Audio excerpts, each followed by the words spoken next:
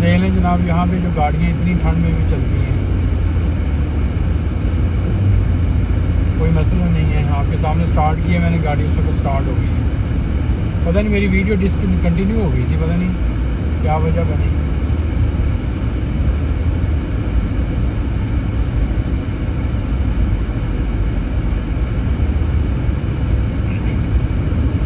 अभी टाइम लगेगा थोड़ा सा इसको हीट अप होने में।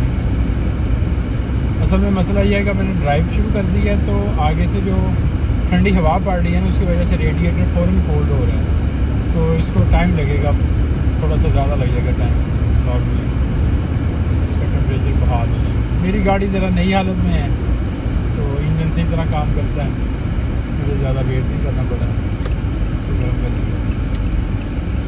लेकिन ज़रूरी होता है कि आप वेट कर लें तो ज़्यादा बेहतर है। आपकी इंजन की परफॉर्मेंस ज़्यादा बढ़ जाएगी, आपकी जो ट्रांसमिशन है उसकी भी परफॉर्मेंस ज़्यादा बढ़ेगी अगर आप ज़रा 2-3 मिनट वेट कर लें, गाड़ी को शिफ्ट ना करें गियर में। क्योंकि जो ऑटोमेटिक ट्रांसमिशन होती है इसमें तो बहुत ज़रूरी है कि एक ख़ास किस्म का टेम्परेचर आ जाए, ज़्यादा बेटर है।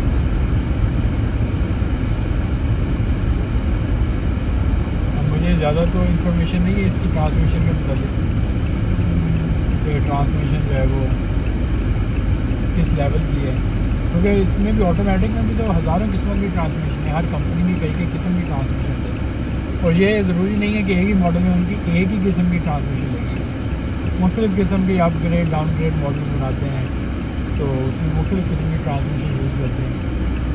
कई ट्रांसमिशन में एक ही क्लच होता है, जो ऑटोमेटिक क्लच होता है, कईयों में ज़्यादा होते हैं, हर गियर के साथ एक होता है क्लच।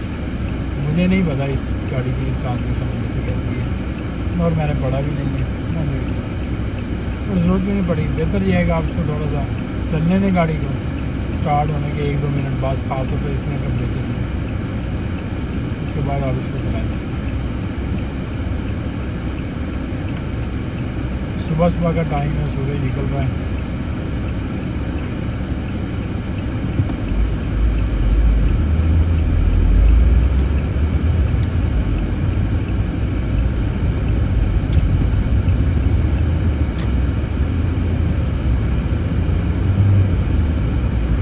हम लोग यहाँ पे ज़रा साउथ की साइड पे भी नहीं है, ना नॉर्थ की साइड में, तकरीबन दरमियान में एरिया बनता है यूनाइटेड स्टेट्स का, स्टेट ऑफ मैरीलैंड में है।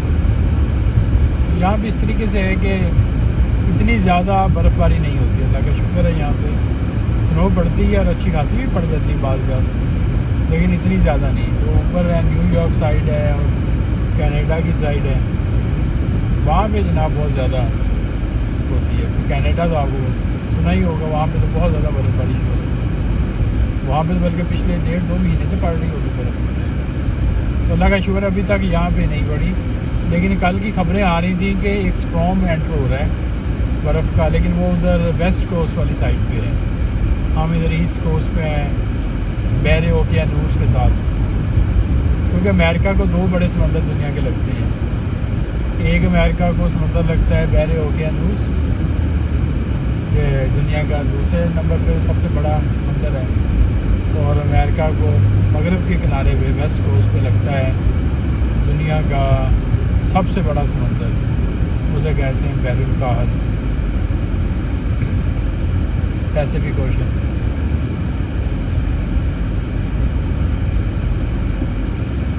तो बर्फ़ का तूफ़ान जो है वो जनाब आने वाला है, वहाँ पे कुछ इलाकों में आ चुका है। अभी यहाँ पे कल परसों जो थे ना 2 दिन बारिश हल्की से पड़ रही थी, 2 दिन तक, लेकिन वो तकरीबन समझिए कि जमी हुई बारिश ही समझिए, थोड़ी सी इतना था कि वो मेल्ट हो रही थी। शुक्र है वो, अगर वो इस तरह से उसे कहते हैं स्लीट पड़ जाना, फ्रोज़न रेन होती है, तो वो फिर सड़क के ऊपर आके शीशे की तरह पानी जो है जम जाता है, तो फिर उसको कहते हैं ब्लैक आइस यहाँ पे। तो वो ब्लैक ब्लू कोई नहीं होती, क्योंकि पानी का तो रंग जो है वो शिफाफ होता है, ट्रांसपेरेंट होता है पानी जो है, तो उसकी वजह से कोई मसला नहीं है। लेकिन तो सड़क नीचे से काली है, स्टोन जो होता है वो ब्लैक होता है। तो जब वो पानी ऊपर जम जाता है आगे, बिल्कुल शीशे की तरह एक तह जम जाती है सड़क के ऊपर, तो वो सड़क नीचे से बिल्कुल क्लीन नज़र आती है। वो सड़क असल में काले रंग की नज़र आ रही होती है। तो वो उसकी वजह से उसको मशहूर कर दिया गया ब्लैक आइस। तो बेचारी का कोई कसूर नहीं है ब्लैक आइस का। तो वो उसमें गाड़ी नहीं चल सकती, वो उसमें गाड़ी स्लिप होगी जो मर्ज़ी कर लें आप, अनलेस कि आपने चेन्स पहनी हो। चेन जो है वो टायर्स के ऊपर चढ़ा दी है, चेन वाले टायर, ये इस तरह की कई चीज़ें मिलती हैं मार्केट से। लेकिन भाई यहाँ पे तो मैं अमेरिका में तो ज़्यादा अपना हमारी स्टेट में तो अलाउ ही नहीं है चेन को पहनना, क्योंकि यहाँ पे इतनी बर्फ़ पड़नी नहीं होती। इस तरह का अगर कोई दिन आ भी जाए, हर साल तो आता नहीं है, अगर आ भी जाए तो 2-4 दिन के लिए होता है, इस तरह का पूरे साल में। हमारी स्टेट जो अलाउ नहीं करती चेन्स को, लेकिन ट्रक के पास होंगी चेन्स, क्योंकि ट्रक ने गुजरना होता है। ट्रक ने तो ऑल ओवर क्रॉस अमेरिका गुजरना होता है। तो उसके पास चेन्स होती हैं। और वैसे भी जो इनकी एक इंटरस्टेट है 70, जो मशरक़ से लेके मगरब तक जाती है, यानी ईस्ट कोस्ट से लेके, जो मैरीलैंड के अंदर से होकर गुजरेंगे वो 70 एक इनकी हाईवे का नाम है। जैसे हमारे मोटरवे है NH1 और NH3 जितनी भी बनी है, तो इसी तरह इनकी एक कई सारी हाईवेज़ मौजूद हैं इनकी। और उनमें से एक का नाम, जिसे इधर तो हाईवे नहीं कहते, इसे कहते हैं इंटरस्टेट। तो वो जो है ना एक 70 है, जो मशरक़ से लेके मगरब तक यानी कैलिफोर्निया तक जाती है, सैन फ्रांसिस्को के ऊपर तक। ऊपर वो शायद आगे मर्ज होती है किसी और के साथ, अभी मुझे याद नहीं है, लेकिन मैं गुजरा हूँ वहाँ से। तो ये मैरीलैंड से गुजरती है, इधर से आगे मैरीलैंड से होते हुए समंदर के ईस्ट मैरीलैंड तक आती है, तो फिर आगे समंदर तक मिल जाती है। तो वहाँ पे रूल है कि आपके पास चेन्स होनी चाहिए। अगर आप 70 में हैं, अगर आपको पुलिस वाला रोकता है ट्रक को, तो उसके पास चेन्स होनी चाहिए टायर्स पे बांधने वाली, उसके ट्रक में रखी होनी चाहिए। ये लॉ है, और मेरा अक्टूबर से शुरू हो जाता है मेरा ख्याल। अक्टूबर में हर ट्रक के पास होनी चाहिए वो चेन्स, अगर वो 70 के ऊपर है। 70 के ऊपर है, 80 के ऊपर है, उससे ऊपर 80 वो तो फिर बिल्कुल कोल्ड में चली जाती है। इंटरस्टेट 80 सबसे बीसीएस रहती है। फिर 70 है, 70 के ऊपर इसी तरह वो भी मशरक़ से मगरब तक जाती है। वो गुजरेगी न्यूयॉर्क वाली साइड से, ऊपर जाएगी उधर पोर्टलैंड या सियाटल वाली साइड पे। और सियाटल आपको पता है आखिरी शहर है मगरबी किनारे पे, वाशिंगटन रियासत है। ये वाशिंगटन DC की बात नहीं कर रहा हूँ मैं, वाशिंगटन रियासत की बात कर रहा हूँ। तो वाशिंगटन एक रियासत है आखिरी अमेरिका की नॉर्थ वेस्ट पे, और उसके बाद कनाडा का बॉर्डर लगता है उसके साथ। उसमें जो शहर है बड़ा मशहूर, उसका नाम है सियाटल। तो ये वहाँ पे जाती है 80, ज़्यादातर तो वहाँ पे 90 ही जाती है। 80 पोर्टलैंड, और एक उसका रोड ऊपर को निकलता है, एक अलहदा हाईवे उसको मिलती है। तो चले अभी बात को छोड़ के अभी 70 पे बात करते हैं। 70, 80 और 90 ये अमेरिका की 3 मेजर है नॉर्थ साइड वाली हाईवे। इसके नीचे दूसरी आ जाती है, इंटरस्टेट 1 भी आती है, वो बिल्कुल मैक्सिको के बॉर्डर के साथ छोटा सा पीस है, और उस पर भी मैंने ट्रक चलाया हुआ है।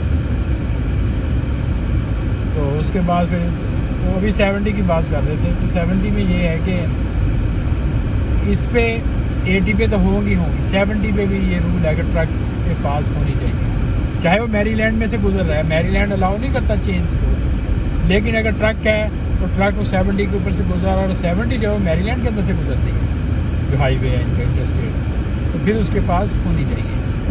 देखिए कितने कॉम्प्लेक्स टाइप के लॉज हैं, और इतने लॉज हमारे वहाँ पे पाकिस्तानी बेचारे को तो पता ही नहीं होता लॉ।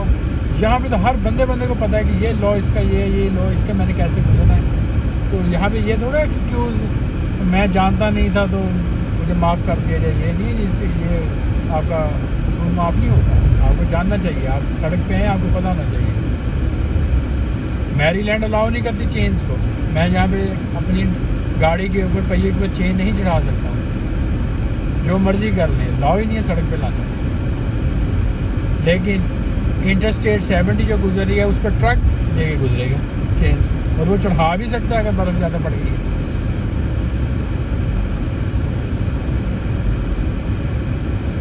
और उनका वज़न होता है 90 पाउंड्स चेन्स का। हाँ जी, ये भी आज आपको मैं बता दूँ, उसका वज़न 90 पाउंड्स होता है चेन्स का। सारे पहियों की तो नहीं होती, उसमें से कम वो मेन एक्सल्स की और फ्रंट की होती हैं उसमें चेन्स। और एक सेट एक्स्ट्रा होता है अगर आपने पीछे टेंडम्स के ऊपर भी डालना हो। टेंडम्स में हमारे पास 8 पेयर होते हैं टायर्स के, जो ट्राले के जो पीछे वाली साइड पे 4 एक तरफ और 4 दूसरी तरफ, 8 हो गए। उसमें से आप एक पे आउटर वाले पे डाल लें। वैसे ज़्यादातर तो ये नहीं होता कि अगर 2 पहिए आपस में जुड़े तो दोनों भी डालनी ज़रूरी है आपको चेंज। आप एक पे डाल सकते हैं, अपना टाइम सेव कर सकते हो, इतनी ज़रूरत भी नहीं होती। इनर साइड पे चढ़ाने के लिए आपको एफर्ट ज़्यादा करनी पड़ेगी। उसे बचने के लिए जनाब आप उसको आउटर साइड पे, सारे ड्राइवर्स इसी तरह ही करते हैं।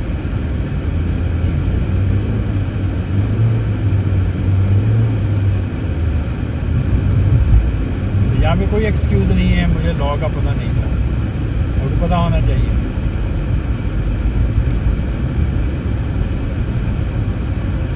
और अगर यहाँ पे आइस, ब्लैक आइस जिसे कहते हैं, वो शीशा बर्फ़, जिसे कि मैं सादा लफ्ज़ों में, शीशे की तरह की बर्फ़ होती है जो सड़क के ऊपर लेयर जम जाती है, अगर वो हो तो फिर उस पर गाड़ी नहीं रुकती। ट्रक है, ट्रक का वेट बहुत ज़्यादा है। इवन आपने वो चेन्स भी पहने हुई हैं, तो अगर आपकी गाड़ी का वेट ही नहीं है तो वो चेन्स क्या करेंगे, वो भी स्लिप, लोहा भी स्लिप होना शुरू हो जाता है उसके ऊपर, अनलेस कि उसके ऊपर वेट डाला जाए। यानी ट्रक अगर गुजरेगा तो ट्रक का वज़न इतना ज़्यादा होता है कि जब वो चेन पहनी होगी तो चेन अंदर खुप जाएगी, वो उस शीशे को तोड़ देगी, शीशा बर्फ़ को, तो वो अंदर खुपती हुई जाएगी, तो वो सर्वाइव कर सकता है। इसलिए ये ब्लैक आइस होती है, ये तो अनकंट्रोलेबल होती है। अल्लाह ना करे, अल्लाह ताला बचाएं इस तरह के हादसात से। बहुत पता ही नहीं, और आपको वो तो सड़क नज़र आ रही है और ऐसा लगता है जैसे बारिश पड़ी है, गीली सड़क। वो गीली गूली कोई नहीं होती, वो असल में आइस जमी होती है उसके ऊपर।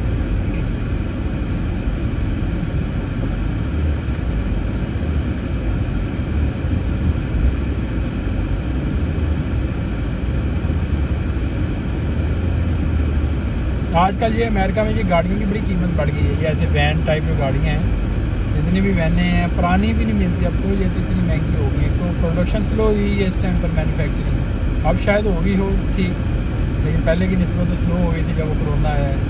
उस वक्त गाड़ी बिकी नहीं, फिर जब वो बिकने आई तो बिकनी इतनी, अब ये वैनें बहुत महंगी हो गई। अब इसकी असल वजह किसी को नहीं पता है, क्योंकि हर बंदा अपनी अपनी थ्योरी दे रहा है। मैं भी कोई थ्योरी दे सकता हूँ इस टाइम पर, लेकिन मुझे एग्जैक्टली नहीं पता। एक तो मैन्युफैक्चरिंग कम है, दूसरा ये है कि ये बहुत ज़्यादा यूज़ अभी आ रही हैं जो वैन्स हैं। इस टाइम अमेरिका सारा तो डिलीवरी पे चल रहा है, ख़ासतौर पे कोरोना के बाद से डिलीवरी इतनी हो रही है, यहाँ पे हर चीज़ डिलीवर हो रही है घरों में। तो उसके लिए प्राइवेट कॉन्ट्रैक्टर्स आए हैं, क्योंकि कितना का ट्रक वो चढ़ा दें, कितना के CDL कमर्शियल ड्राइविंग लाइसेंस चढ़ा दें, तो इतनी आपको डिलीवरी करनी पड़ी, इतनी के लोग शॉपिंग भी लोग घरों में करवा रहे हैं, ग्रोसरी भी घरों में मंगवाई जा रही है इस टाइम पर। फिर कोरोना के बाद ये इतना ज़्यादा हुआ, तो ये लोग ना प्राइवेट यानी कि वो कॉन्ट्रैक्ट ले लेते हैं कंपनी से, तो उनका जो है ना थोड़ा थोड़ा सामान डिलीवर करते हैं, और ये वैनों में अच्छा खासा सामान आ जाता है। और इसके लिए ना कोई कमर्शियल लाइसेंस की ज़रूरत है ना कुछ और। फिर इसका एक और इस्तेमाल बड़ा हो रहा है यहाँ पे, क्योंकि रेंट बहुत हाई, देखे ना अब $4000 रेंट हो गया कैलिफोर्निया में अपार्टमेंट का। बंदे खुदा के $4000, इतनी इनकम नहीं है भाई बंदे की। दोनों मियाँ बीवी कमाएंगे, फैमिली मेम्बर्स कमाएंगे, तो रेंट पूरा ही नहीं हो रहा है इस टाइम पर। तो बहुत सारे लोग तो सर्वाइव ही नहीं कर पाए हैं, होमलेस हो गए हैं। तो उनमें से बहुत सारे लोगों ने ये वैनें खरीद ली हैं। इन वैनों के अंदर वो रहते हैं, इस तरह सड़क के किनारे खड़ी कर लेते हैं, अंदर पूरे कमरे बनाए हैं उन्होंने, अंदर चूल्हे भी रखे हैं, यानी वो प्रॉपर अपनी लाइफ गुजार रहे हैं। और यहाँ पे ये कोई मुश्किल नहीं है यहाँ पे वैन के अंदर रहना। लेकिन मैंने भी अपनी गाड़ी में आधा सामान रखा हुआ है, क्योंकि मैं तो सफ़र इतना ज़्यादा करता हूँ, मेरे को इस चीज़ की ज़रूरत हो तो गाड़ी से मैं इस्तेमाल कर सकता हूँ। तो यहाँ पे एक सिस्टम बना हुआ है अमेरिका में, यहाँ पे इतनी कोई मुश्किल नहीं है बात। उनकी जो मुझे अभी तक बात पता चली है वो इस तरीके से है कि वो यानी कि इस तरह सड़क के किनारे खड़ी कर ली, कभी किसी शॉपिंग सेंटर के पार्किंग लॉट में खड़ी कर ली। तो अभी के लिए मैं अपना ना बंद कर रहा हूँ। वी लोग यहाँ से टर्न लेना है।